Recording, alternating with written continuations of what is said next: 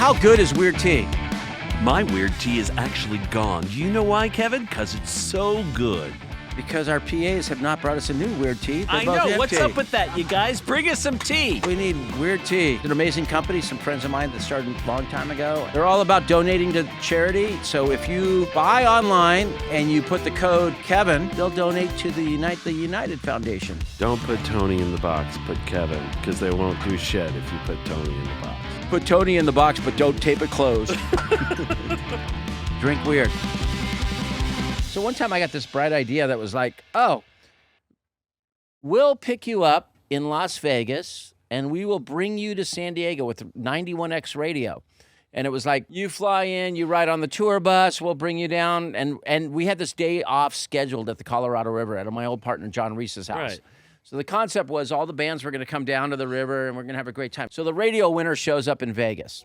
And I'm like, all right, man, I guess I got to take you out. It was 4th of July. So we actually went out that night. I took him to this party and with Juliette Lewis, actually. Okay. And it was like this total like party at a club. And I almost got thrown out. But we brought the radio winner. And we're having a great time. And we're having a good time. And we all take the bus down to the river. So we had boats waiting. We had jet skis waiting. We had inner tubes. Was this at night or during the day? During the day, the next day. Okay. So July 5th, we're going to be at the river. So we all get on these boats and we go up the canyon. If you're ever at Lake Havasu, you go up the canyon of course. to the sandbar. Right. And we're all parked up and everyone's having a great time. John Reese is racing his boat around. Everyone's having a super fun time. Right. And we had an inner tube. It's time to haul the radio winner on the inner tube. Radio winner goes out on the inner tube on this high-speed jet ski, way beyond, like souped up. All the governors are taking off. It's going like 100 miles an hour down the river. And we're watching this kid, and he was a little overweight. He was a little chubby, little big. And he's in this inner tube, and we watch. All of a sudden, we're like, yeah, he's having a great time. Next thing we know, we see the radio winner, like, flying through the air. Like, woo! Like, they hit a bump, and he's, like, just sailing through the air. And I'm like, awesome, the radio winner just got thrown off the jet ski. And then about, like, 30 seconds later, we're like, wait. Something's going on out there. Or nothing is going on out there. He's not coming back up. So he's not coming back up.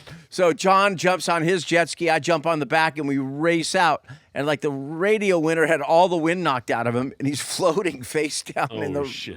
He's floating face down in the Flip river. him over. He's like, so we bring him over, and we couldn't because the girls that were hauling him around couldn't get him back up on the jet ski. Yeah, like, because he's a fat ass. He's a big dude. So we're like, so we get him back up. We're like totally like, dude, you're all right. You're all right. He starts breathing, and he looks up, and right when he comes to, he goes, that's the most awesome thing that's ever happened to my life. Oh, Jesus. So we brought him back to the beach. We set him down. We got him another beer, like he'd already had a few beers. And it was like the day we almost killed the radio winner. Yeah, so the moral of this story is if you ever win a Kevin Lyman radio contest, make sure you read the clause of limitations of liability. One of the people I hold most in regard of this business is a guy named Peter Tompkins. And I'm flying to Nashville to go see him at his retirement party. And you don't know Peter, but can you imagine the person that did my insurance all these years? Oh, God. No, I cannot. And I imagined your premiums were out of the fucking moon. Nuts. But that's Peter Tompkins. Peter Tompkins was the person where I could go, hey, Peter, I met these guys out in the desert who jump motorcycles. And they do backflips on motorcycles. Let's bring them on the tour. I want to bring them on tour. and Peter would figure stuff out. Or, hey, Peter, I want to bring a human cannonball out. And he'd be all like, okay, is it safe? I go, yeah, he's done it a few times, no problem. Even though we almost killed him the first time we shot him. But Peter is an amazing person. I don't think he gets enough respect in the business. And I just want to thank during this episode Peter Tompkins because Peter became like the biggest festival insurer.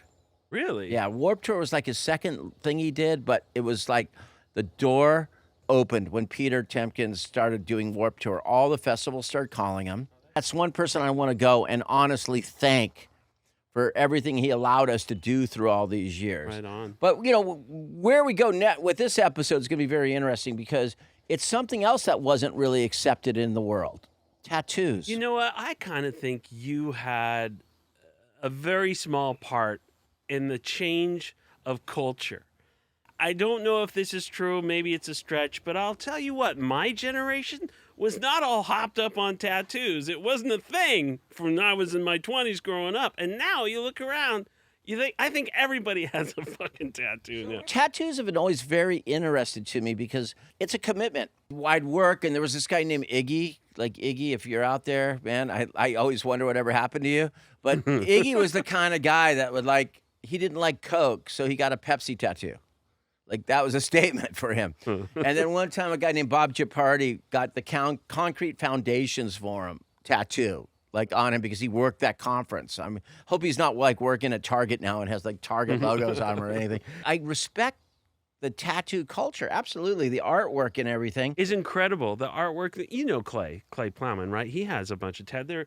They're very tasteful, and they are on the. But he goes to the Shamrock in Hollywood. Yeah. Mark Mahoney does his, and he's like this celebrity tattoo guy. But when you look at Clay's tattoos, you're like, oh my God, that should be in a museum. It's gorgeous. But it's funny because I always say, when you tattoo the name of a band on you, Black Flag Bars, what a big one, or Circle Jerks, or Dead Kennedy, and then it was weird for me because at the last few years of Warped Tour, I'd see people come up and show me the arrow tattooed on them. Right, yeah. And though I appreciated it, I hope when they're 20, 30 years down the road that they can appreciate it as much. Oh, I think they're going to appreciate it more. You've created a cultural phenomenon that's going to be a part of their lives forever. So when they're 65 looking down at that arrow, they're going to have fond memories, I would. This episode, though, I tracked down a few people that I thought were important. There's so many people that were important to the tattoo culture at Warped Tour. We're going down the road, and there was all these people would go pay the tattoo guy after shows, and that was part of our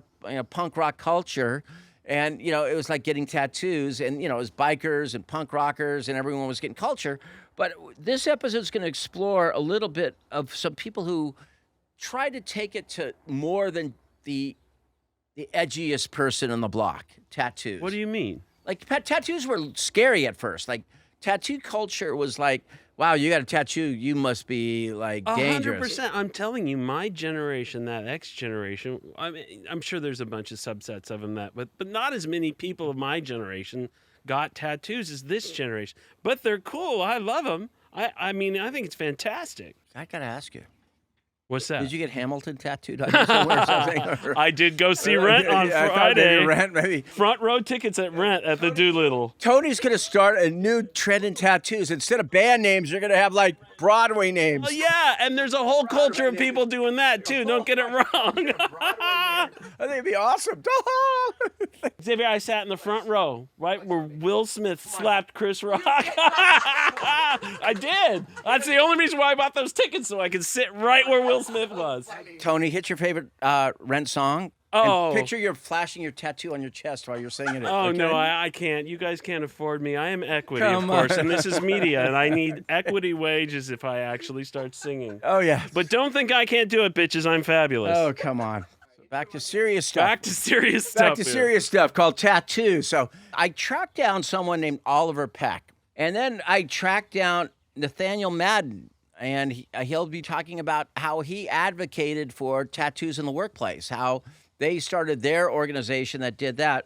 And then it was amazing because I was asked to write a little excerpt, or, when people send me books all the time and say, hey, can you write a little bit about my book? Or right. some. Cool. And Scott Alderman, who did this book, he did a tour called Tattoo the Earth. And he is a sweet man, but man, talk about dealing with all the wrong people to ever start a festival with.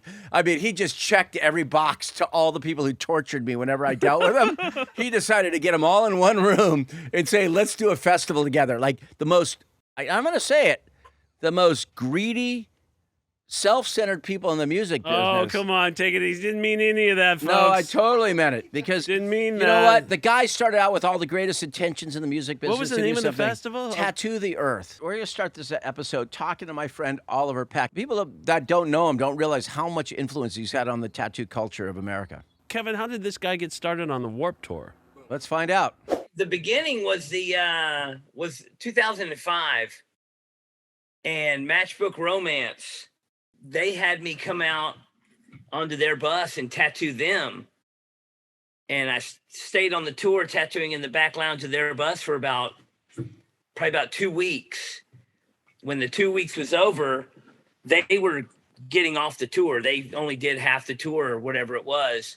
and I was going to go home, but there was a bunch of more people that wanted tattoos. So my Carrera and the MXPX guys were like, hey, come ride with us on our bus and tattoo us. And I ended up staying on the rest of the tour. It was a balance for me because it was like, I know people were tattooing, but technically Peter, who we talked about earlier about doing his retirement party, was not that into people tattooing on tour. So it was kind of like this balance because. So where were they doing it? Like on the vans and the buses, or were they actually opening up shop on the tour? Yeah, they would sit there and open up and it was word of mouth, like that hidden word of mouth that I wasn't allowed to hear. Like, it was like a language I wasn't allowed to hear. Do you think you would have shut it down if you had found out? You know, like I always say, sometimes it's better to be ignorant than like smart or something. I don't know. So he was out there kind of on the DL, let's say, and I asked him how he kept it going out on the road. 2005, I did the tour, but in tour buses. It was a popular thing, and a lot of people wanted me to be out on the tour, and I'd met Kurt Soto, and I'd met Steve on the tour, and I'd met all the skaters that were on the tour. And so they were like, man, you got to come back next year. You got to come back next year. And so I just got this fifth wheel trailer and made a tattoo shop in the back of it.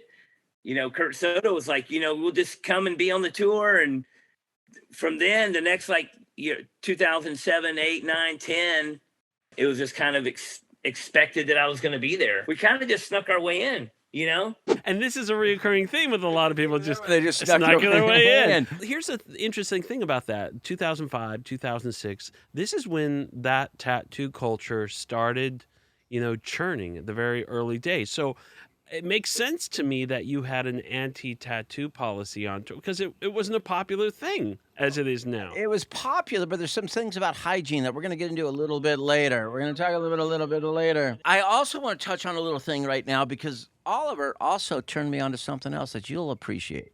My buddy Ryan Dunn, man, he used to come out on the Warped Tour too, and we brought the cornhole boards and started having cornhole tournaments, and I think the cornhole tournaments ended up being something that a lot of people look forward to every year. And then you ended up by 2008 and 2009, or 2008 for sure, you had a lot of bands that were bringing their own cornhole equipment with them. I know Story of the Year had cornhole boards. Every Time I Die had cornhole boards. The Bronx had cornhole boards. One of my favorite Kevin Lyman Warped Tour stories is at the end of the night, one night, really, really late, me and Andy Williams were playing cornhole, and you came up, and we had a money game, and it got a little out of hand. Wow, what happened? Lost a few $100. You lost? I lost money that night. I actually have lost money playing cornhole. Not to Never me. to you. Not to fucking me. But you did bring up a thing, Tony, about why I was so worried about people getting tattoos on the road. And the next little clip kind of sums it up. There was an incident. There was an incident with a guy that got a really bad infection. He was in the hospital, and there was some question whether there was some liability on the tattooing of it. But it turns out he had received a staph infection, and a bunch of people on the bus had got a staph infection, which wasn't uncommon. He let it go untreated for so long that it got into his bloodstream, and it was a big ordeal. And I was talking to the insurance guy, and I was talking to you, and I was talking to Lisa, and it was a scary couple of days there. You know a little bit about that too, don't you? Oh, yeah, but it was totally crazy. So that was one of the things. Like, we're not in the cleanest environment. No, I've seen people on Warped Tour, and they're just dirty people. They're lovely people. You're all lovely people. But they were nasty. We are not going to name names right now. But, okay. So this one gentleman on Warped Tour got a tattoo, and it got super infected, and he got put in the hospital. So he kind of went into this weird, like, semi-coma state. But then his girlfriend, or let's just say girlfriends, he had a girlfriend at home, and he had a couple girlfriends on the road. Okay, one or two. Okay. So they all went to the hospital to make sure he was okay. Oh, no. And they ran into the guy. They all ran into each other at the hospital. Wait, who are you? Oh, yeah. Who are you? I'm his girlfriend. I'm thinking about him going, he was in a semi-coma state, but I'd pretend I was in a permanent coma state at that point. Yeah. Because how are you going to come out and explain this? I think he was probably hoping that the infection would kill him at that point. So the infected tattoo was like probably the best thing going for him that week. Right. He ended up recovering. He's doing fine in life.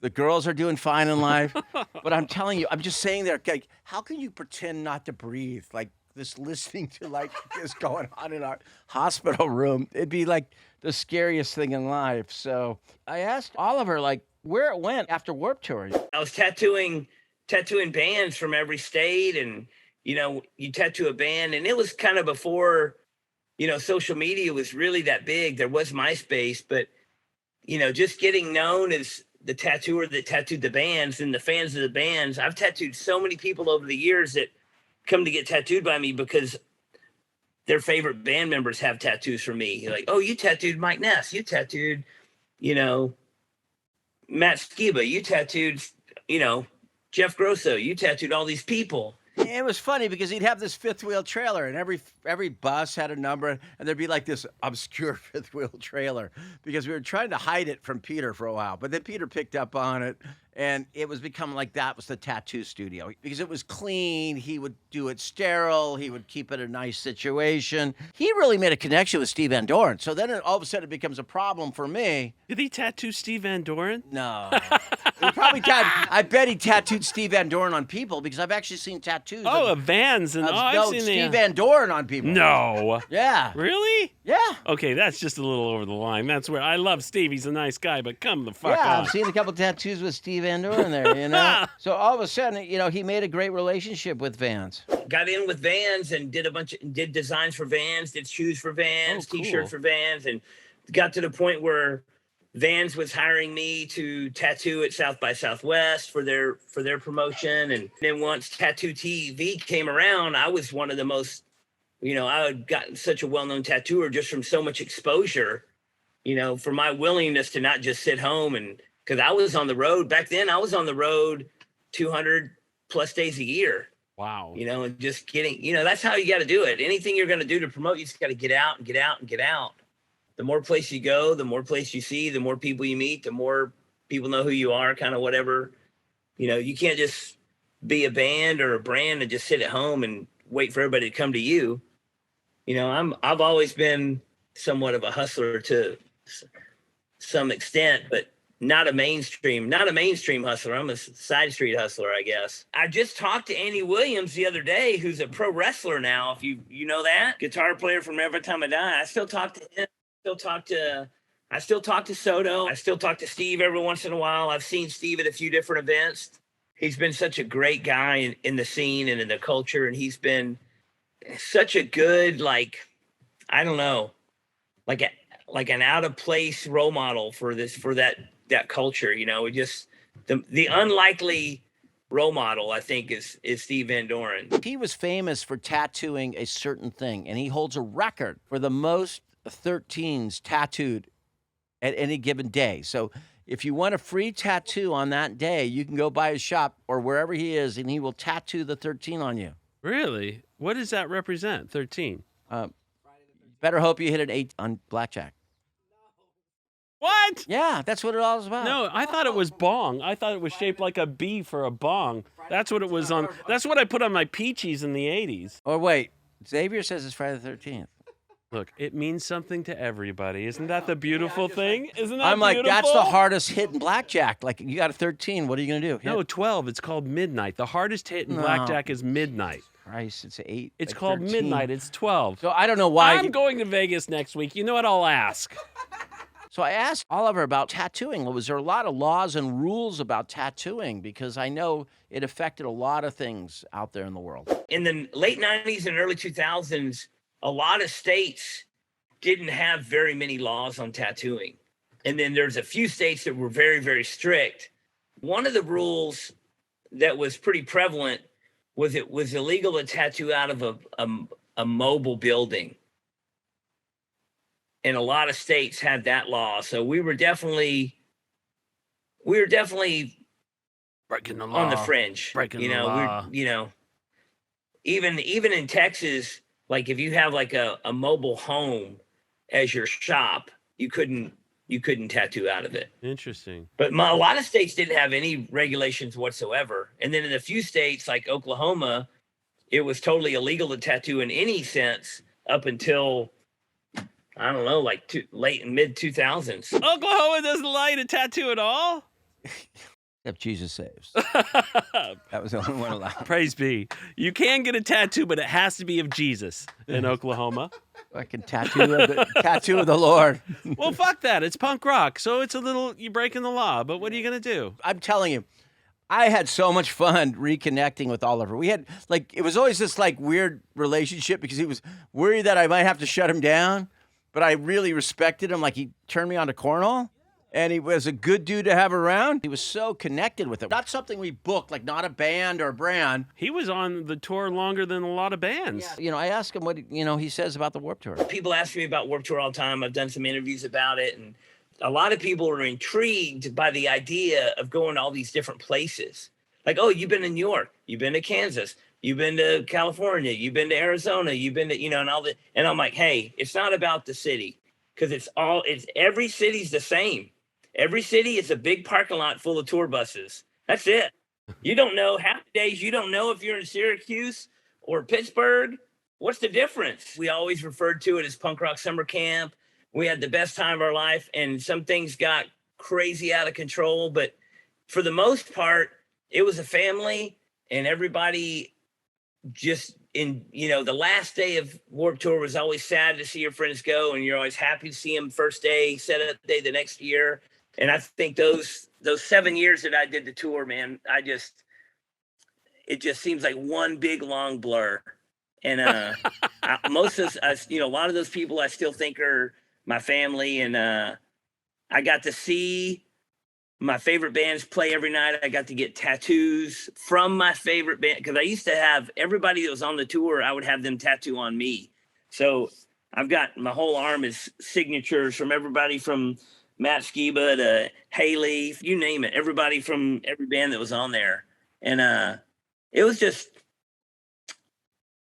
I don't know. That's it, man. I think that's awesome that he had those people get a little tattoo from them. It's kind of like he has a little archive history of his time with the Warped Tour. I asked him, how do you get a hold of Oliver Peck these days? I'm at Elm Street Tattoo in Dallas, Texas. It's my home base. I travel around and tattoo all over, so you can keep an eye on me on Instagram, but I do all my booking through email, which is just oliverpecker@gmail.com. And if you want to get a 13, I'm at my home shop, Elm Street Tattoo, every Friday the 13th ever. So we got one next month, May 13th. It's Friday 13th, and we're going to be doing hundreds of tattoos. Well, this episode will be coming out right at the time. Go by and get a 13. Yeah. Does he do it for free? If people free. Oh, just show up and get a 13. I think this is a good moment to thank our sponsor, Weird Tea, who's been so good to us. So it was awesome to catch up with Oliver, Tony. But then I thought that if we're going to do an episode on tattoos, I think it's very important to contact an old friend, Nathan Madden. And Nathan Madden is a very interesting person. And I was able to catch up with him because he started an organization with some people, and it was all based, and it inspired me because he's the kind of person that just says, let's do something, and they did it. We need to expand on Nathan Madden's whole life because it's pretty fucking badass. So we're going to make a whole episode about Nathaniel. I'm going to do another interview with him. We're going to talk a little bit about more his focus on the world of tattoos. But Nathaniel was a person who, I think I told you about the time that I went in and snuck into Burma and we shot a documentary on genocide. Right. And you almost got killed? No, we didn't almost get killed. We could have gotten killed, but we didn't. So Nathaniel, we'll talk a little bit about that later. But the way I met Nathaniel was he came out on Warped Tour, and he was part of an organization called STAPAW.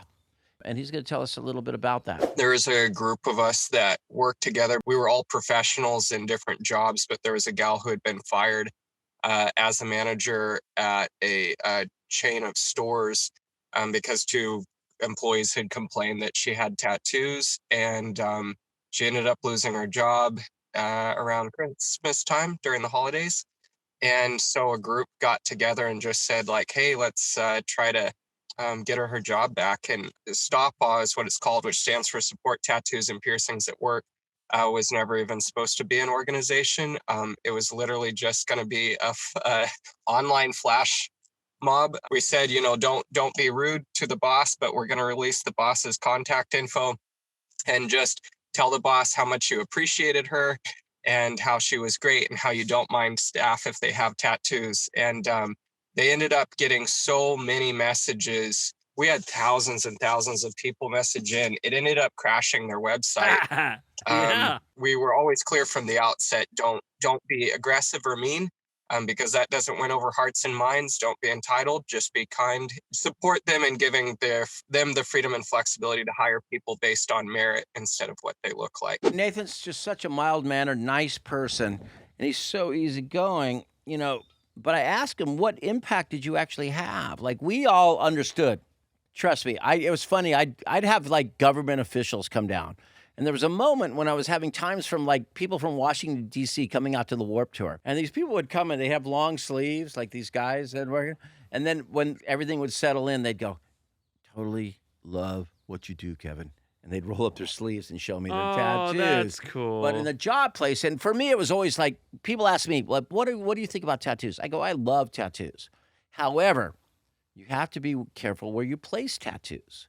Why? Because if you put them on your face, or you put them on your neck, if you put them exposed, because I had to going all the way back to early Warp Tours, we would have organizations come out and try to promote brands on Warp Tour. And they would send people in golf shirts. And like I say, never trust a person in a golf shirt unless you're on a golf course. That's right? They really don't know what the fuck they're talking about. Like, you go to a concert venue, you go anywhere, and there's a person in a golf shirt. They don't know what the fuck they're talking about.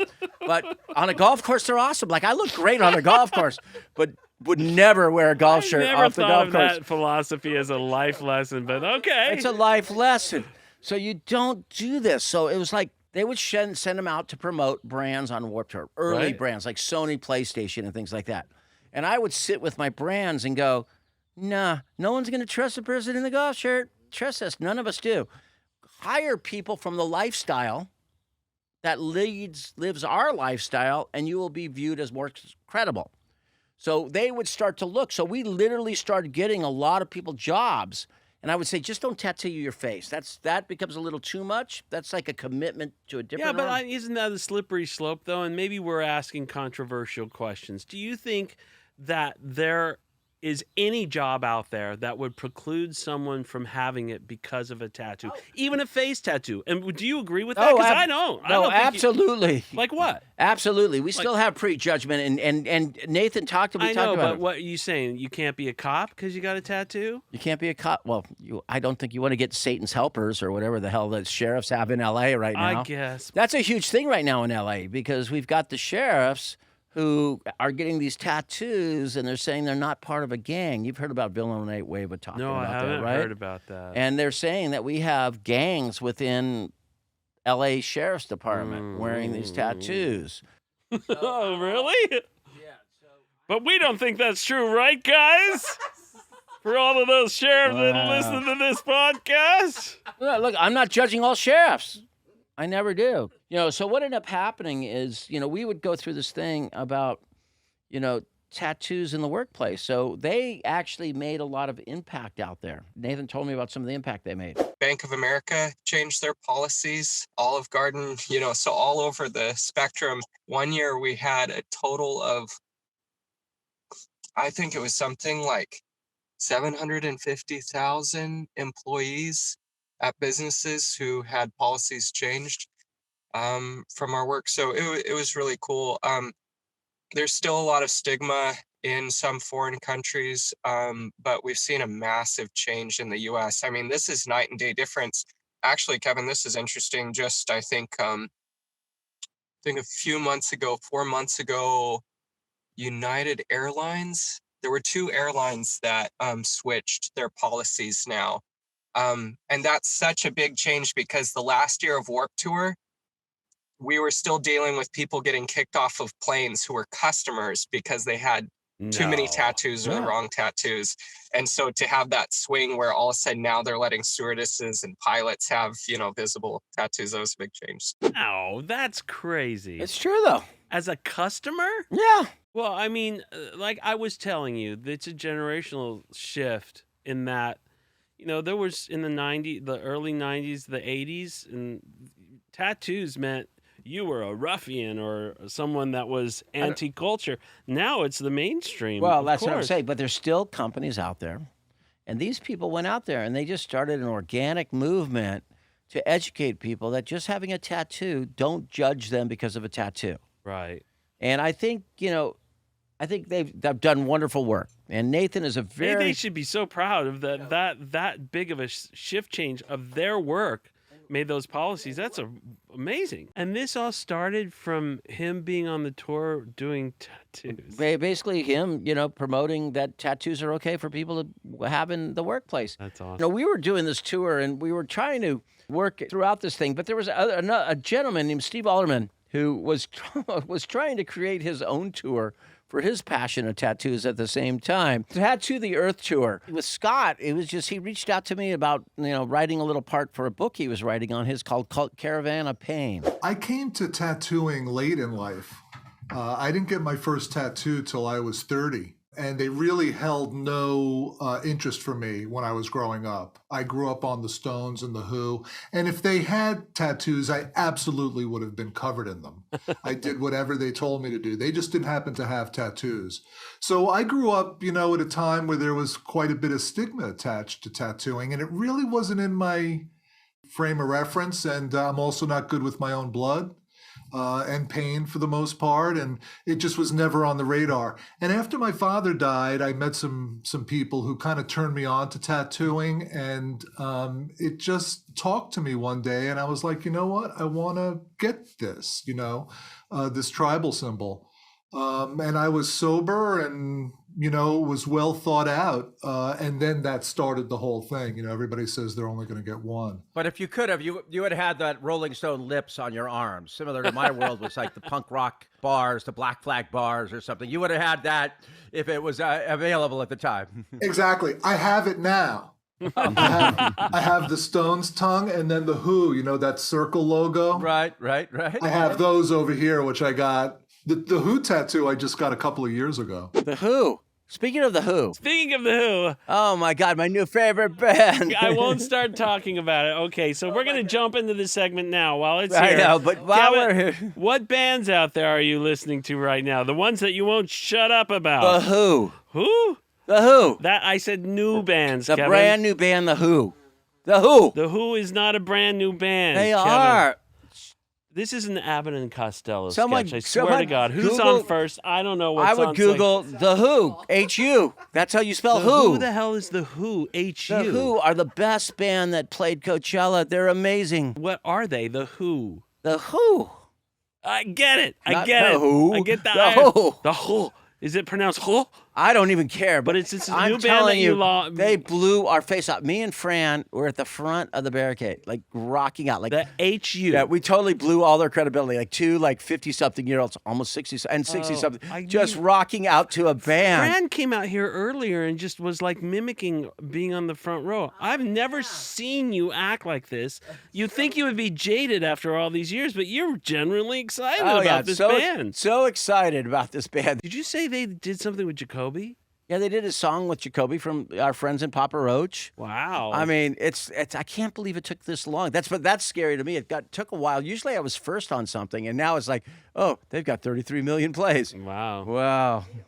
So I'm not that on it. But if you guys ever want a greatest band in history right now, The Who. The Who. But beyond that, we talked earlier about people who were starting a festival and how easy it was or how great it is and everything. And I asked him what it was like for him to start a festival. I had an inspiration to do an event, and I'd been in the music business when I was younger, so it wasn't completely foreign to me, but I hadn't been in it for a long time, over 10 years. I just really had an inspiration. I had just helped take a company public and had some great success and sort of saw how the machines worked.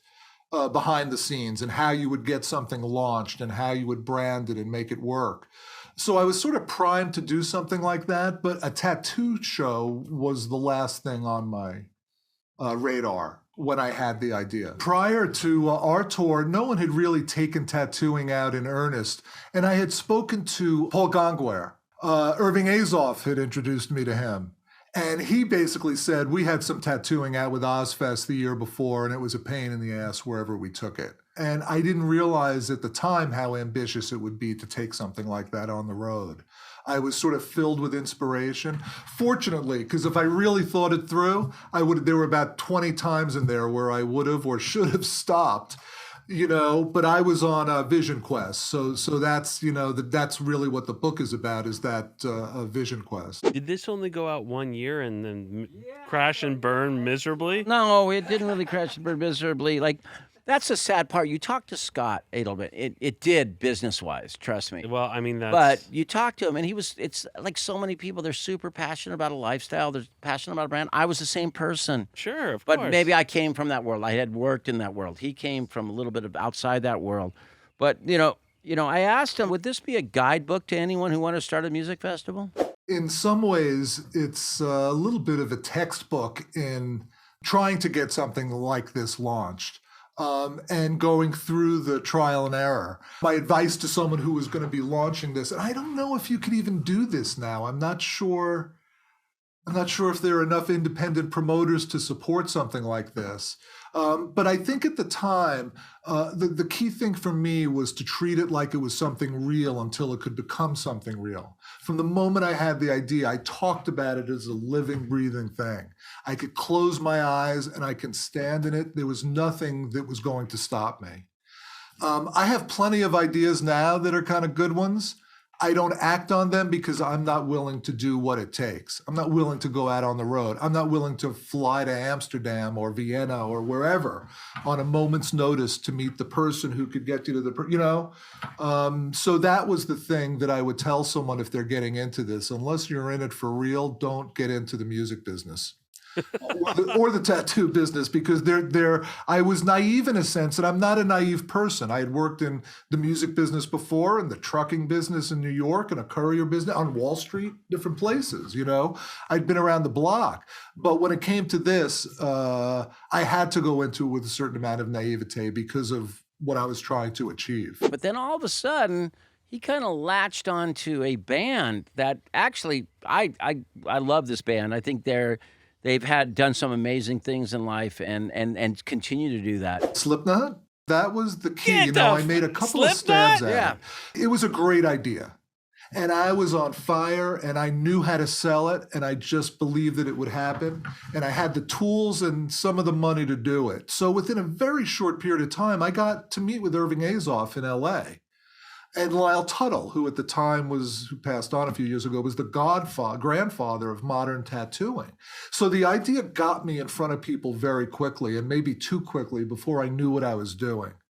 So I first tried to go right to the top and sort of sell the idea and hit a brick wall.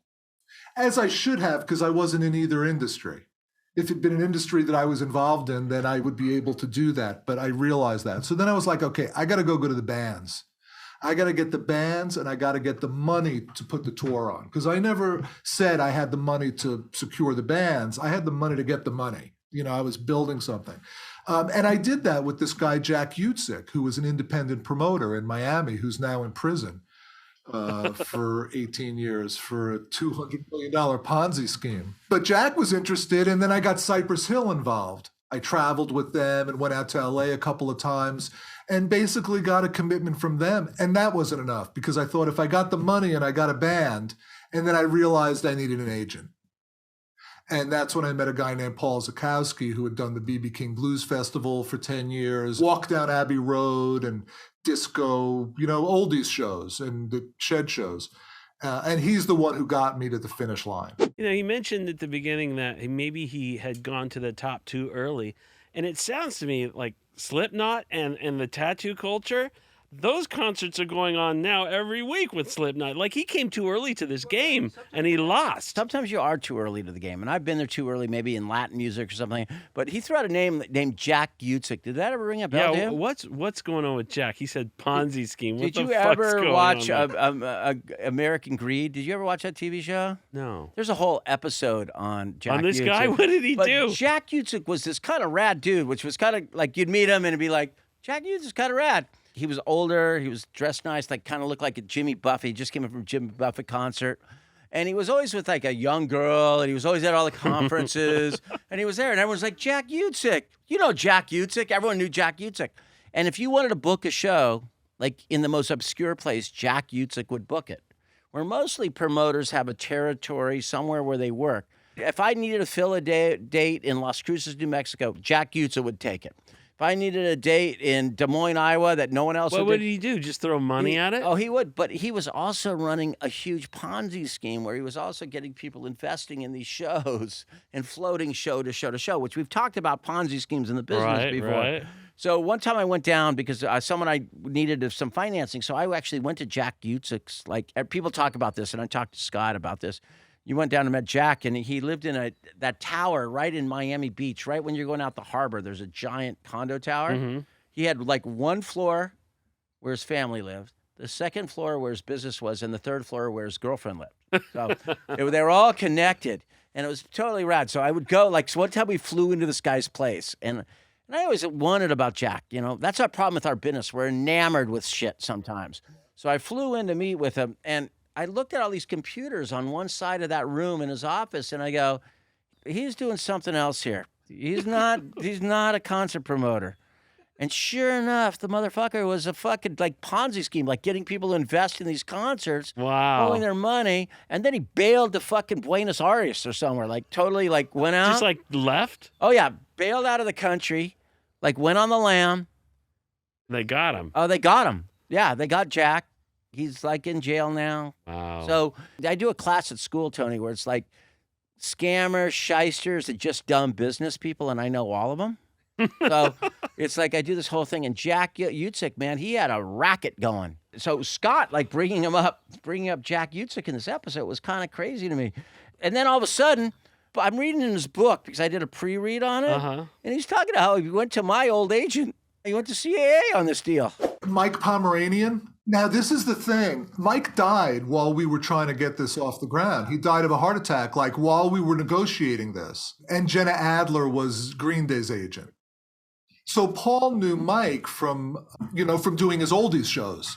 Mike didn't represent the music but Mike sat there and he was like, man, I get this. And he took us right into Jenna Adler's office. She was like, Green Day would be perfect for this, and talking about time frames and deal memos. And then what happened is they sat down with your agent and Sharon's agent, and they were like, whoa, hold the horses, which is what they should have done, frankly, because you're talking about two shows that were really kind of in their infancy in the history of Warped Tour. You were in your first couple of years, and Sharon, I think, had just launched maybe her first full-on or second full-on tour. So there was concern, and I think that it was valid. So we just sort of got pushed to the side. I always think it's funny because it's like in the book, it says Kevin Lyman blocked this. I had no fucking idea that he was putting on his own tour. You know, I'm sure it was our agent. He put that in the book that you would block. Your agent blocked Our this. agent blocked, which is fine. But I like how, they're never going to, it's like being an agent is being like Switzerland. Never fucking take responsibility for like blocking something that shouldn't have been done at the moment. And I felt bad now reading the book because I absolutely had no idea he was trying to start this tour. But he was, very honest about his own personal trials during this time. I realized as I was writing the book, and really as I was halfway through it, and then I address it in the preface, is I realized that I had gone through the most tumultuous time in the year or two leading up to Tattoo the Earth. I got married. I made a shitload of money. My mother died. My mother-in-law got sick. My godson got cancer. You know what I mean? Just like every stressor you could imagine. And I was working 15 hours a day, taking a company public and all of the stress to that. And the guy who was the owner of the company, who was my best friend, had relapsed. And it was just the most insane time. So out of that came Tattoo the Earth. So I was already sort of half bonkers by the time I had the idea and ran with it. You know, I wasn't all that, I don't want to say I wasn't all that stable. I was off balance. I'd been thrown off kilter. I had a lot of shit thrown at me. And I'm one of those people that when that happens, I'll get kind of sideways. And my kind of sideways ended up being Tattoo the Earth. So obviously, if I tried to do it again with what I know, I wouldn't need to run myself into the ground. I was just overwhelmed by everything, the stress of it, and probably feeding off of that too. Because in my younger days, I was a road manager at a very young age for jazz artists in Europe. When I was 19 or 20, so I was always able to handle those types of situations. Is he still back in the business that he took public, or is he in the dabbling in music still? I think he's writing it mostly now. And he wrote this book, and I asked him where you could get Caravan of Pain. They can get it on Amazon. They can go on our website, my website, caravanofpain.com, and you can order one directly from me, Barnes & Noble. The audiobook will be out shortly. It's on ebook. You can really get it anywhere, your local bookstore. We always want to write things down, like, in the moment. But I asked Scott, so why did it take so long to write this book? Well, I think you'll appreciate my restraint because I didn't want the book to come from a place of bitterness, which if I wrote it 20 years ago, it would have been. But I didn't want it to be that type of, I just wanted to tell the story as honestly and openly as I could and let other people figure it out because there's a lot of animosity from doing this. You did this for years and years and years, and every year you're going through it with the same cast of characters. That's what I write about in the book, especially in the music business, is that you have to move past people screwing you because everybody's screwing everybody every day. You have to have that thick hide or you're not going to be able to continue in the business. It's just part of the business. And it's one of those things where it normalizes something that's really, really, truly screwed up. But does it have to be, Tony? That's what I teach my students every day. We don't have to screw people over. I never felt I screwed people over. This transcends beyond just the music industry. In my business, television, feature film, all that, there's the two rules. Don't lie and don't be a dick. That's, really what I'm stressing with my students. You could do good and do good business. Don't be a fucking dick. It's always going to be there, Kevin. But the thing is that the longer you're in business and you work with people, I'm telling you, it gets around fast. Word gets around fast, and people know who's who in this industry and in most industries. We always say, hey, join our Patreon. You know what? Fuck that. Donate $5 a month to a charity right now. Just go straight up, put $5 a month towards a charity right now. Whatever that is, there's so many people in need right now. It's like crazy how many things need. So donate to us. We're fine. We're good. We're good. Take $5 this month, donate it to a charity. Right and do something good in the world. Hey, Kevin, did you hear about this new band called The Who? The Who. Fuck. I'm so stoked. We're going to, fucking band. We're going to barbecue right now, and we're going to play The Who. And That's just right. have a great time in the backyard, Tony. Hey, Rebecca, it's Kevin Lyman. I just want to thank you for subscribing to Patreon. Thank you so much. Thank you, Xavier, for being here. Guest producer, Marcus. Yes. All right, Marcus. And we want to thank Vivian Wang and Beata as well. Thank you so much. Beata, hope you've made it back from the desert. I heard you had a great event out there last week. I know that it's hard to find your way home sometimes. And Diego Arratia. Take it away.